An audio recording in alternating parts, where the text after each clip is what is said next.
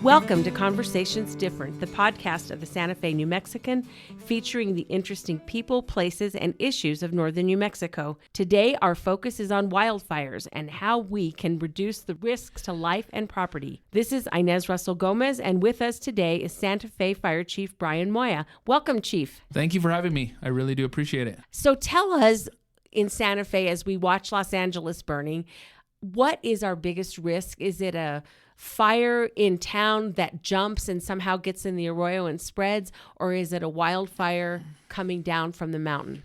So our topography here in Santa Fe is a little different because it's usually fires go up the mountain. Right. So most of our stuff is at the base of the mountain. So our biggest threat is something that starts low and then climbs up the mountain. So the good part is we're always here. We're here 24/7. So if we see something, we're able to jump on it quickly.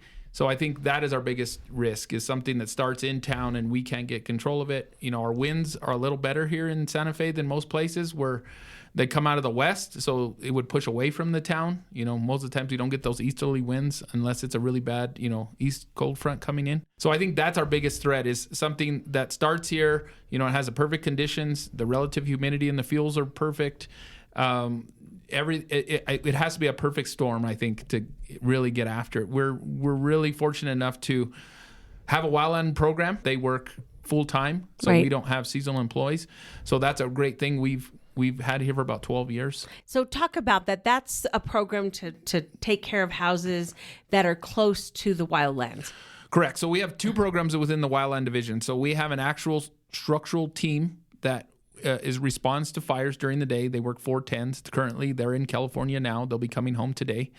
And then we have a specialist within there that focuses on preventing wildfires in Santa Fe, working with homeowners to help them mitigate their problems within their communities, make sure that they can do a one-on-one assessment so they can say, okay, this move your wood pile, or this vegetation is very high flammable. So most people don't understand some vegetation you plant's more flammable than others.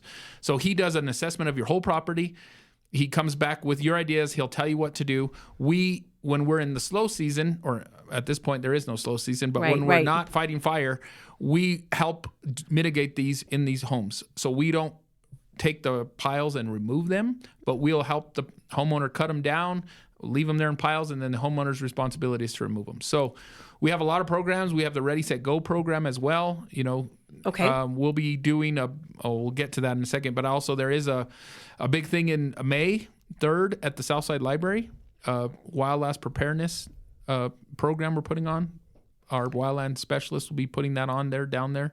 So that'll be something else we can touch base here in a second. So basically, instead of waiting for the fire, you're trying to get people ready to do as much as they can around their houses. And those things include, having a defensible perimeter, keeping flammable things like if you have gas for your chainsaw, you don't keep it next to the house, and if you have trees, you cut back dead branches, all the things that we do to reduce the risks. Yeah. And what people don't understand is when it's here, that's too late. Right. We have to do it now when the risk is low or when we don't have a fire. But when that fire is approaching, we don't have the time to go defend that home. We call it kind of like when the fire is happening, what the Wildland Division did when they were in California currently, they were doing evaluations of homes. And if your home was not put up to the standard, it's like they had to pass it and move on to the next. Oh, so they actually picked the houses that were the most savable houses. Kind of like a triage for houses. Correct. Yeah. So that's the part people don't understand as well. If your home has the right defensible space, 30 feet all around it, there's no trees touching your building, you have the right materials. Sometimes your materials are bad. Like if you have a shingled roof and you live at 10,000 feet, that's probably not a good idea. Yeah, that makes sense. So those are the things that you can do now to make your house more defendable. And when the fire department, if that fire, heaven forbid, ever comes down the mountain, they have a chance. They have a better chance. Yeah. And then the fire department can say, well, this house is defendable because they've done all the necessary precautions. So let's put some resources down to when the fire's coming to try to save that home. Yeah, that makes sense. Yeah, I realized how smart my dad was because they lived, my folks retired when we came back to New Mexico in Moya County. and his house, the house that they built in retirement, was in the canyon where the Calf Canyon went up that Friday, where it blew out of proportion. And he had built this huge defensible space, and the fire stops on the ridge right above him. But it jumped, and they didn't get their house. And we sold it now, and someone else lives there. But it was really interesting to see what the fire did and how not having burning material around your house could save you. Yeah. I think that's the biggest thing that we're trying to push now is do the work now. Yeah.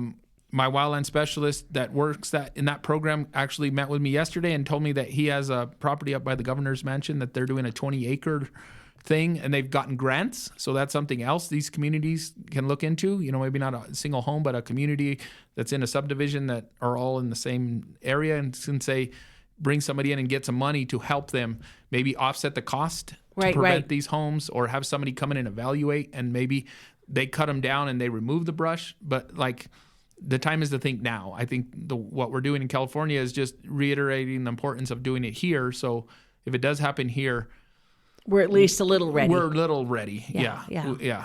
Do you guys have any worry about the water pressure failing the way it did in Los Angeles? So that's a question I've been asked for 3 weeks. I bet. The problem is when you're pumping that many hydrants from every fire truck is pumping, and when you're pumping, in your house, you're running maybe, and the easiest way for me to explain it is 20, 30 gallons, right? You're having your shower maybe, and your dishwasher, washing machine, and your washer machine. That's maybe 50 gallons. Well, these trucks come up 1,500 gallons a minute.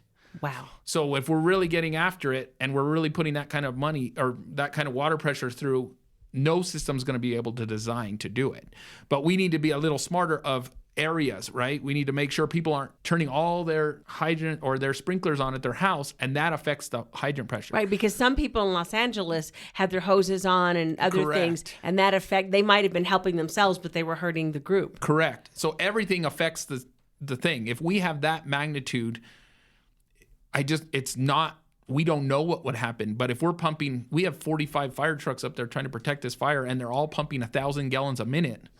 Most systems can't sustain that thing. So it has to be in phases, right? So the command staff and what we've talked about is, okay, we're going to work with these 5 engines. You're going to flow for a while, and then we're going to shut you 5 down. It has to be strategically done so we can keep the pressures up into the system. Okay. So it's not that we can't do it. It just has to be done right, and people need to understand we can pump a lot of water really fast, and most people don't understand. Even if we had 75 homes running their washers and their dryers and all those things, taking showers, nothing compares to pumping 1,000 gallons a minute out of 20 fire trucks. There's not a lot of systems that can handle that kind of. And an in-town system is built to handle maybe a huge block fire at the most.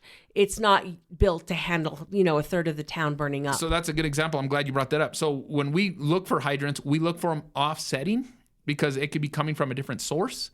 So if you hook the same hydrant off 3, it might be coming from the same source. So you are draining the water faster, even if we had a structure fire downtown. So you want to say, okay, we're going to hook a hydrant off this street, and then we might pick up hydrant off 2 streets down, run more hose, but that might be coming from 2 different cisterns or something, so you can understand that we might have more water pressure. But when you're hooking off the same hydrant, you might be pulling a lot out of the first hydrant, so the second and third hydrants might not be getting as much. Okay, that makes sense. On that note, we'll take a quick break and be back in a moment with Conversations Different.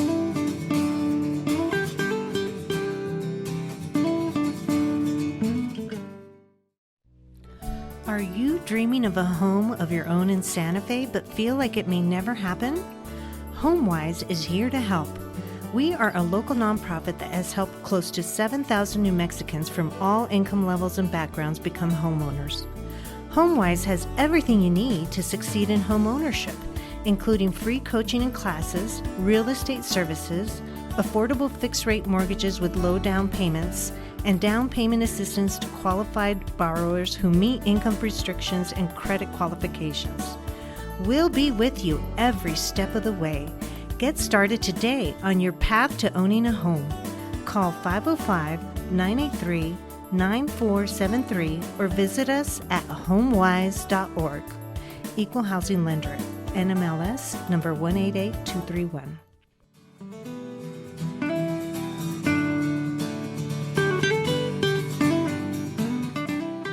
We are back with Conversations Different, talking to Chief Moya from the fire department about what we can do to protect ourselves. And during the break, we started talking about what happens in a huge fire. And what you were saying is that let's say it's a block fire, takes over, part of downtown. What happens in terms of who's in charge and how it's run is different at that point. Yeah, so if it maybe not be in town, but say it go up the mountain towards the like ski Hyde base, Park or Hyde something. Park area, and we have a 10,000 acre fire that's still not out of control. They would bring in a Type 1 team. That's what they're called. And this team would take over that part of the fire for us. And we, as the City of Santa Fe Fire Department, would go back into town and still run the calls that we normally have to run. We run all the ambulance calls in town, so we'd have to pick up all those. We still have car accidents. We still have other incidents throughout town. So that would be something we still have to manage, even if this team is not here. So that's why we bring in support from other agencies to help us, is because they'll manage that and we'll have to do that. We did that in Vegas in the Calf Canyon Hermit's Peak fire.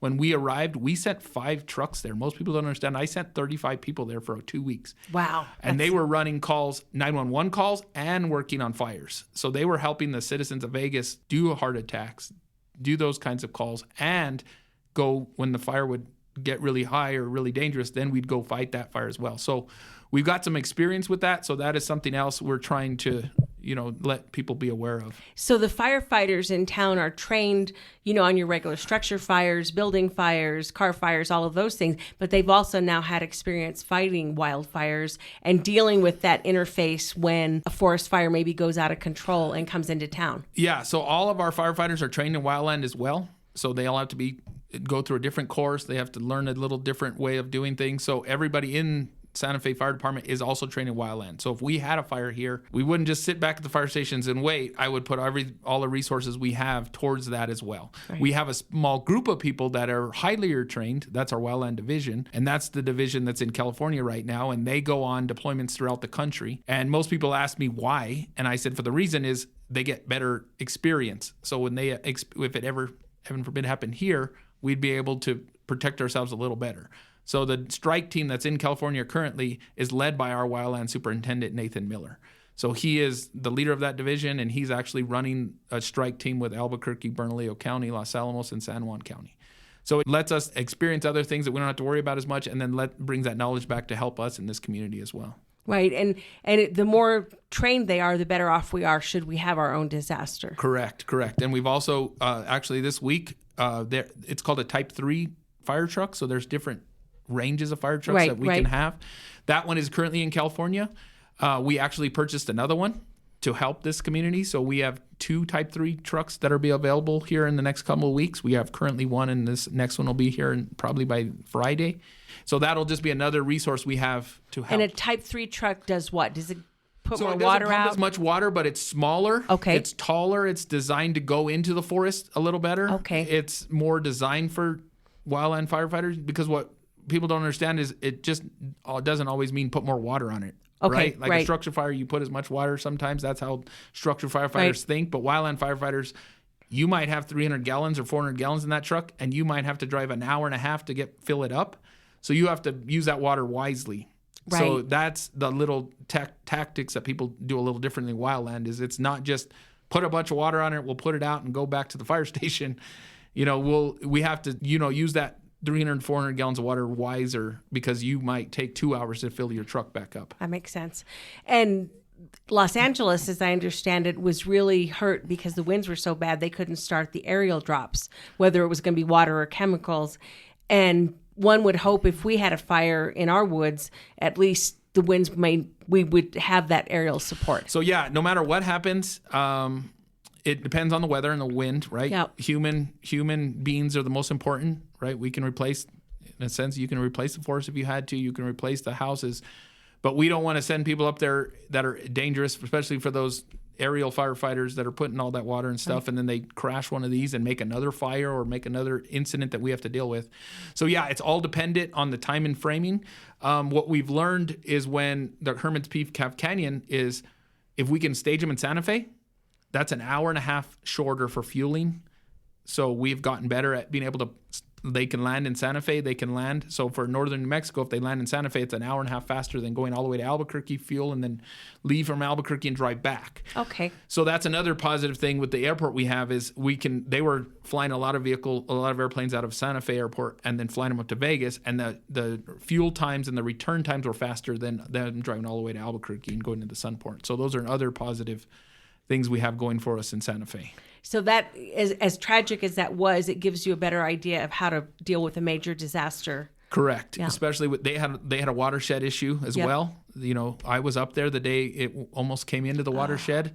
So we have the same issue. Yes. For the last 15 years, we have done a lot of work up there. You know, we've cleaned a lot of the brush. We've made it more defendable. Yeah. We've done pile burns up there. We've protected the watershed the best we can. We're trying to put a camera up there in the watershed this year with emergency management, so we can have a better, monitoring system. Right, and make sure people stay out of it. Yeah. But I think we've understood how important that watershed is to us, and people don't understand, that's 40% of our water comes out of that watershed. Yeah. So we need to make sure that we're protecting it the best we can, and know that every year we're going up there and doing thinning projects, taking 50 acres here, 50 acres here. But over time, it's just like your home. If you do it over time, it doesn't cost as much, and you get the whole area eventually. Yeah. And it's more defendable. Yeah, and it's unfortunate that there's such opposition to keeping the watershed pristine, or not pristine, but at least clearing it so that there's less fuel. Because if you go visit the places that have been cleared versus the places that haven't been cleared, you can definitely see there's so much less to burn, and it looks so much like fresher, almost like it's been scrubbed. Correct. Yeah, I don't know if you've been up to the watershed, but you can tell where it looks like it's landscaped and it looks really nice. I mean, that's what it looks like. I will say the only problem is if it gets into the tall trees, that's when, nothing can defend it. That's kind of what happened in, they don't really have that in California, but when you have those high winds, when it's in the canopies and it's going, 30 fast, you can't protect that. No. But if you can keep the low burning fuels, if it drops, it less to burn, easier to manage, safer for the firefighters to go in there and attack it. But when you do have, you see those forests where you can't even walk because all the down trees, that's when it's really dangerous even for us to go in there to try to put it out. And you don't want to lose firefighters. Correct. I mean, we have in New Mexico had situations where they've had to deploy and, get under those shields and stuff when the fire goes over them. And it's not a good... Yeah, that is not... You don't want to be doing that. No. Yeah, if you did that, you're in a bad situation. Yeah, that's frightening. On that note, we'll take a quick break and be back in a moment with more Conversations Different.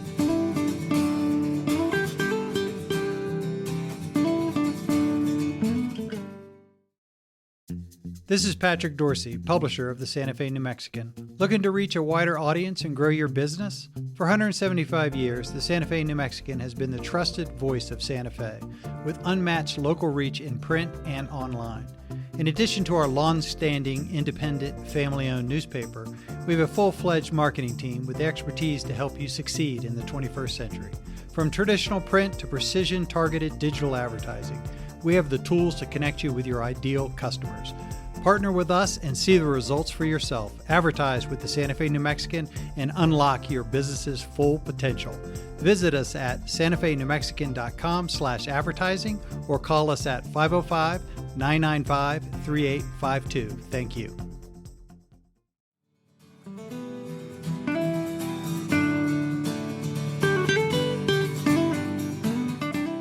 We are back with Conversations Different, talking to Chief Moya about what people can do to protect themselves and their homes from fire. And it's not just, obviously we have urban wildland interface here, but in town, some of those things you mentioned, like, cutting your brush, et cetera, that's still a smart thing to do if you live in the middle of Santa Fe. Yeah, especially, we have a lot of arroyos that run up and down. There's arroyos that go from the north to the south. Right by my house. Yeah, so if you guys can even clean up those areas as well, clean around your home, even if it got into the middle of town through the arroyos, the better your property is, the better it is for the That's actually one of my fears, is that it'll get through the arroyo. And, Boulder, when it had that fire and then it went from house to house in the town, that's kind of where I think, if you're imagining disaster scenarios, that's one that I think the arroyo could spread it and winds then would take it. Correct. Yeah, especially, down there by the rodeo grounds, by Station 7. Yep. That's a big area, big high chamisa. It's not high fuels, but it's low fuels, and it could run fast on a perfect day, perfect situation. And that's when the big disasters happen, is when everything that could go wrong goes wrong. Correct. Or the conditions are ripe for burning or whatever. And another situation is if you have people who are living in the arroyos and are using fires, unhoused people, they're not necessarily going to put them out safely. Correct. Yeah. I've had a concerned citizen probably 3 times in the last year call me up behind Santa Fe Spa. Oh, yeah. In that big area. We've gone up a couple times, and we've removed the fuel that they've gathered. We've kind of disseminated their fire pits or whatever they had. So we're even doing that. And this last week, Wildland went up there. We have one Wildland member that did not go on the deployment. He went up there with the lady and did that. So if you see that, you can always either do it yourself or call us. And we've managed to go up there a couple times and, take the big branches and take the opportunity for them to burn and remove that, because you're right. It only takes one to create a bad situation for all of us. And because we got rain or snow last winter, then it got dry again. Now we have a lot of fuel that's very dry. That is very correct. Yeah. We got a ton of rain. We weren't used to all this rain, and then we got this ton of growth, and now we've gone into this dry spell where what they explain in the wildland world is fuel ratios, right? So like a piece of grass burns faster, quicker than a log. So a log might take 30 minutes to burn because it's higher density, but those low fuels like the weeds and those fast burning fuels, we have a ton of them right now. So we need to be more careful because those could burn and then get to the bigger fuels that cause us to do it. So it's those low humidity fuels, those low fuels that don't take very much to start burning. That's what we have a lot of because of all the rains we've had all this summer. Yeah. It's so interesting because you're happy to get it, and then as soon as as soon as the rain stops, it's just going to get dry. Yes, and that's something we'll deal with in the royals and the low fuels that aren't the big timbers. That's what we have a lot of right now, and I think that's where people don't understand is that's the dangerous part. That's the stuff that could start and spread fast. No, it's interesting what does burn. We had juniper bushes in front of our house, and we happened to be among the 4 or 5 people in the area by Nava's school where some weird person was going and setting fires to juniper bushes. And as a great reporter, I slept through the fire at my house, and the lovely fire department put it out and didn't knock on the door, though. They didn't tell me it was, I think they thought it was our neighbor's house because he came out and got all the news. And the next day I come to work and I find out that down the side of my house is a black char. Oh, wow. And he told us they put it out and it's all safe. And so we got it. The guy up the street got it. And then another guy down the street. So in like a 2-block radius, we had 3 of them. Wow. Just like the ones we had them at the state archives. I lived by there. Okay. And I was so grateful for the fire department. I could not, and I'm a bad reporter. I couldn't track down the report, but I took out all the juniper bushes. So now I have no more fuel because it came this close to catching my chicken coop on fire. Oh, okay. And then that would have been the house. That would have been the house. It's crazy. So I don't know who was going around town setting weird fires, but that was another thing you guys have to deal with. Right. Yeah, we deal with people that want to do it. We've been for the last year about a year and a half putting a brush truck online full time. Mm-hmm. So that's helping. Yes. It's kind of like it doesn't have as much water, but they're able. It's a truck with a water tank on the back that helps put out smaller fires. We've been able to use that more as a resource than putting a big ladder truck that also has to put it out. So we've been putting more resources on the street to help with those smaller fires. To be able to attack them faster. Yeah, and you did. The neighbor up the street built a beautiful wall now because his went into his house. Like almost, he didn't get the house, but it was like at the tree right by the house on the porch. So it was interesting because you can see how like a little fire in your yard. Yes. If the right conditions happen, there goes the house. There goes the house. Yeah. It's anything like that. So what would you advise people to do this spring as they're, getting ready for summer and cleaning up? So I would tell them to, if they want to make a good defensible space, look at the fuels they have, 30 feet around their homes. Make sure that they're the plants that are native to here. Make sure, like I will say, an oak bush. We don't have a lot of oak in Santa Fe, but northern Mexico has a lot. Those are very high. They pop a lot when they go off, so they spread their ash around and they spread their the little embers around. Right. So mow your yard even in the summer months when you were getting all that rain. keep your house defendable by mowing your yard. Don't let those big weeds grow, especially now when it's dry. Even now, what we've learned is fire season's all year long. Yes. We don't have a fire season like we used to, where it'd be like from April to June, and then the monsoons come, and we're protected. Even when we had the monsoons, we get a lot of lightning. Right. And if Which we don't can get a set lot of off. rain, and we can get a lot of those smaller fires. So yeah, I would say defend your home, take care of, clean around your yard, and just keep it nice and tidy. And the tighter it looks, the better, defendable when we drive by it'll be. Yeah, I sometimes would drive to work and there'd be the median by Milagros School that you couldn't see past it. And I kept thinking, man, if anybody ever set that on fire, that would not be pretty. Yeah. So, just things like that. Just like, simple easy things. And if you do it little by little, it might take you a longer time, but do it little by little. It's better than it when it's happening. That it's sorry to say, it's at that point it's too late. Yeah, when you notice that you left the paint rags, by the fire by the trash can, and then there's your wood. Boom, boom, boom. It's all gone. Yeah. That's we're not in that time, and we know that our windy season's coming, so we need to be cognizant about what we're doing. I've been saying this a bunch. I've been on a bunch of these in the last couple of weeks. If you see something, call 911. Yes. Especially last year we had a couple small lightning fires up in the watershed or up on the mountain, and our division was able to go put it out. So that is something else that we're able to do, is the Forest Service will lean on us and say, Santa Fe, can you please go up there, and we'll be the first ones there.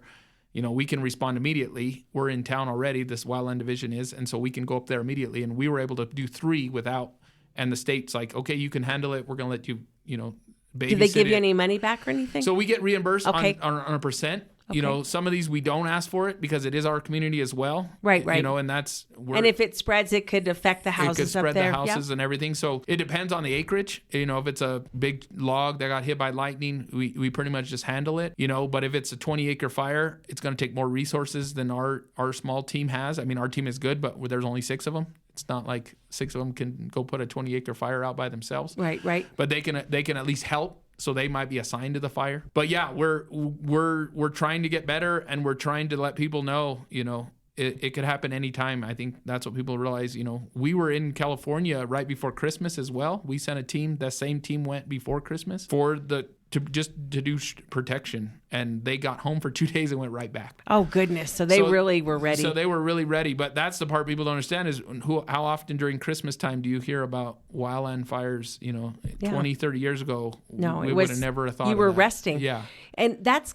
I think California's kind of gotten a bad rap, like they weren't prepared, but it sounded like they were doing a lot of things to make sure that if it did get a fire, it wouldn't spread, and none of those worked because the winds were just so horrible. Yeah, we were there. Yeah. So they had out-of-state resources there before this fire started, and we timed out. So what that means is after 14 days, we have to go home. They have to, and they can extend us, but we have to have rest. Right. So we can only be there for so long, and then they're like, okay, you have to go home. And so that's where we were at. We were timed out. They sent us home. They thought everything was fine, and then it happened. And it's the conditions. Everything, those conditions were just set right, and then the fire happened, and it just made it worse. Does anyone talk about maybe we shouldn't build so close to the wildlands? Because some of those houses in California were up the hill. When you go up to Hyde Park, you're like right in the forest. Right. Yeah, I think that has a lot to do with land use and how we do it. The fire department don't get into that many weeds. Right. But I do have a fire prevention division. They're really proactive. They're really trying to, we have those things, big homes, a lot of new big constructions. They get a little angry at us because we make them put sprinklers in. Okay. So you get certain acreage up in the High Park area, and we make you install sprinklers because it's going to be harder for us to get to those houses with those steep inclines to climb up to their house, and they're not as big driveways for these big fire trucks to go up to them. So we tell them, you want to protect your home better, you want to have better insurance rates, you put These a sprinkler system in. Yeah, it's required. You have to put a sprinkler system in because it might take us. If it's an upper, up there by 10,000 waves, it still might take us 15 minutes to get there because, climbing up the hill and getting there. So those are things that we're precautioning now with new home construction. We can't, go tell somebody that's been there for 40 years to put a sprinkler system in for $100,000, but at least we're telling them to be more prepared and do things, because if a structure fire even happens up there in the High Park area, that could create a wildland fire that we wouldn't be prepared for either. Yeah. There's so many things that could go wrong just with the right conditions. And I mean, it could be the utility lines fall down. Correct. If that's been some of our big forest fires. So there's just all sorts of things. Yeah. So we just prepare people. We're prepared. We're here all the time. But the big thing that I've been reiterating, if you see smoke, call. Right. Let us tell you to put it out, or you go investigate it, call and say, I'm going to drive up. We're trying to start a drone program in Santa Fe City Fire Department that will help get to fires faster. So, we see a smoke cloud, 3 miles from any roads. It takes you send the drone and it'll tell you what it is right away. It'll give us an overview picture of what we're looking at. It might take 3 hours to walk there, but it might take 5 minutes to fly something over it to say, okay, it's only a log. We can have time to get there, and here are the coordinates here to how to get here. So we're trying to use technology to help us, get a little better at being more proactive and trying to put more just eyes like on having these fires. the camera in the watershed. Like having camera in the watershed, Yeah. Just being a little more proactive and using technology to our advantage to help us, be safe. and get to things faster. Right. Because if you can put it out when it's this little instead of huge, it's going to be quicker and less damage. Correct. Especially in those summer days in the summer when, in the mornings, if we catch something and we can get on it faster than when it heats up in the middle of the day and it's 95 degrees and no humidity and, the fuel level changes just in that time from the morning to midday.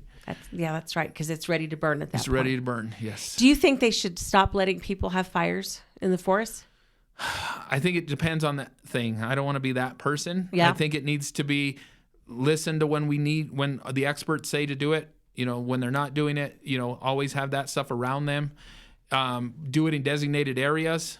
Right. I think that it's the people that don't follow the rules and ruin some people, it for everybody else. They do, and some people don't even know how to put them out. Right. So they're in the designated area, but an ember blows, and there you go. They just put water in and they think it's out. They need to move the stuff around and do those things. Right. Every little thing helps. But most people think if you just take a water bottle, you dump it over the pile, it's going to go out. But the inside there, it's keeping the heat in there. So I right now we usually do fire. It depends. We have rules. We can't just say no fires all the time. I wish we could say that, but we have guidelines we have to follow. And if we're getting the rain and we're getting the moisture and all those criterias aren't met, we can't be the downer and say no fires. I would love that, especially. No, I mean everybody here is used to burning their weeds in a trash can. Yes. Which is not the best. It's stupid. Not the best idea. Yes. Yeah. And they're liable. That's what people don't understand as well, is if you're the person and they realize that it started at your yard, they're going to go after you. You're going to go after you. And it might not be penalizing in the other side, or it could be also, it could be financial penalties as well. Yes, they could sue you. And no, it's fair. And it's if you cause damage, it makes sense. I mean, you pay for it. And you have to pay the firefighters to went and put it out. That's what people don't understand as well, is if I put 65 firefighters on a fire of 500-acre fire and it took 4 days, well, those resources somehow have to be reimbursed, or... Because it's not an act of God at that point. It's a human cause. Yes. Oh, I did not know that. Yes. Yeah. So that's another part people don't understand as well, is it's not just the damage you cause, it's the people going to put the fires out, Yeah. Wow. There's so much to think about. And it just reminds us that we have to be more careful and be more proactive and not just say, let nature take its course kind of thing. Yes. I think, and it depends, sometimes they do that, but they look at the weather conditions. A person a while ago asked me controlled fire burns or, controlled burns. What is your take on it? And I said, well, it's all dependent on communication is the big, tell the people that are around that are to be affected more than you that are just going in to do it. Look at the weather pattern for a week. Don't look at it for 2 or 3 days. And don't do them in the spring. Make sure that you're understanding when to do them, and then have the designated resources for a long time. Right. Like, so the pile burns don't smolder. We're going to do this, and then we're going to stay for 2 extra weeks and make sure they're out or whatever we're doing. So it's just being a little more proactive and letting the community know what you're doing. We had those movies come in last year, and we had some big explosions and stuff. put those big signs up and say, we are doing things here. We are doing it. That's right. If the more the public knows, the less they'll be so worried about what's happening. If you leave them in the dark, you bring the panic button up a lot more. We would take the dogs out walking in the evening, and there was the Paradise bus going through our neighborhood, and it just cracked me up. Yes, and so that's the thing that I'm trying to share more. If we do have these burns, give the public more knowledge. Yes. Because a lot of times that thing is and there's a group that's always against them, and they have very good points, etc. But if you don't, what we saw in California, if you don't reduce fuel, you're doomed. Yeah, or it's catastrophic. Yeah. I think that's what people don't as well is we love the trees, we love everything, but we haven't been around longer than fire. And a long time ago, fire used to manage itself and eventually would get put out. And so that's what we need to realize too is if we don't want to use fire, we have other means of doing it. Cut down trees, chip them, clear them. Yeah, it's not bad. It's just we need to manage things better so when these things come, it's not affecting. And what will affect Santa Fe the most is we land a lot on tourism. Yeah. And if we have something catastrophic here, it would take years for us to recover. No, that's right. And it's always nice to open your faucet and have water come out. Yes, it will. And I would rather it be clear and we can drink it than brown and ashy like it turned out in Las Vegas for a while. Yep. Yes. And on that note, this has been another Conversations Different, and we appreciate your time, Chief Moya, and good luck fighting all those fires. Well, thank you. Yeah, I hope we don't fight any. I hope we have a quiet spring and summer and let people know just to call if you see something, and we'll be there to put it out. All right. We'll be back next week. Thank you.